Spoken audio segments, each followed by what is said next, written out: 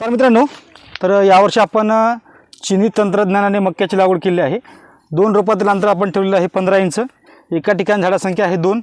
ह्या 2 ओळीतलं जे अंतर आहे हे आहे 1.5 फूट आणि हे जे मधला स्पेस आहे हे आहे 3 फुटाचा, म्हणजे 1.5 फूट बाय 3 फूट आणि 2 रोपातील अंतर 15 इंच। याच्यामध्ये आपण सुरुवातीला नागरटी केली, नागरटी केल्यानंतर वखर पास केली, त्यानंतर ड्रीप आतरल्यानंतर हे टोकन मशीन सहाय्याने ही लागवड केली आहे। तर हे 15 इंच अंतरासाठी एकदा चालू दोनदा बंद या पद्धतीने आपण लागवड केली आहे।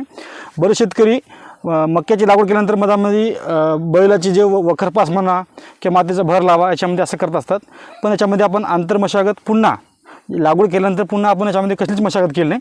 तर बरेच जण मशागत करत असतात, तर त्याचं मशागत केल्यामुळे उलट जास्त नुकसान होते। मी तर म्हणतो जास्त नुकसान होते।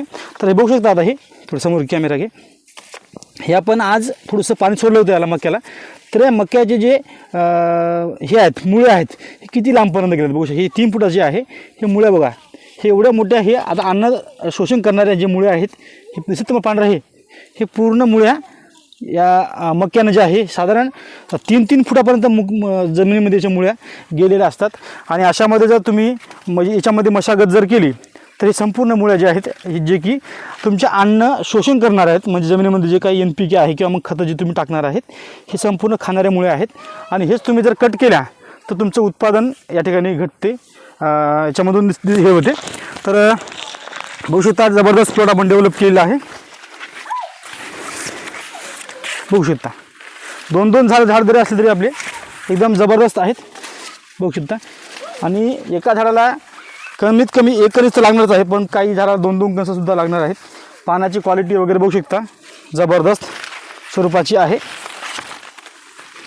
याला आपण सुरुवातीला 2 बॅगा सिंगल सुपर फॉस्फेट जे की झिंक कोटेड असलेल्या आणि 1 बॅग 14-35-14 याला आपण बेसल डोसमध्ये दिले आहे।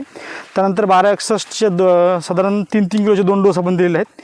त्यानंतर युरिया आणि झिंक चिलिटर झिंक पुन्हा दिलेलं आहे त्याला, आणि 9-24-24 साधारण 20-20 किलोच्या आपण 2 टप्प्यामध्ये याला 50 दिवस आणि 60 दिवस असे याला डोस झालेले आहेत। तर आज रोजी प्लॉट जे आहे साधारण 70 दिवसाचा झालेला आहे आणि उंची बघू शकता साधारण 8 फुटापर्यंत उंची गेलेली आहे।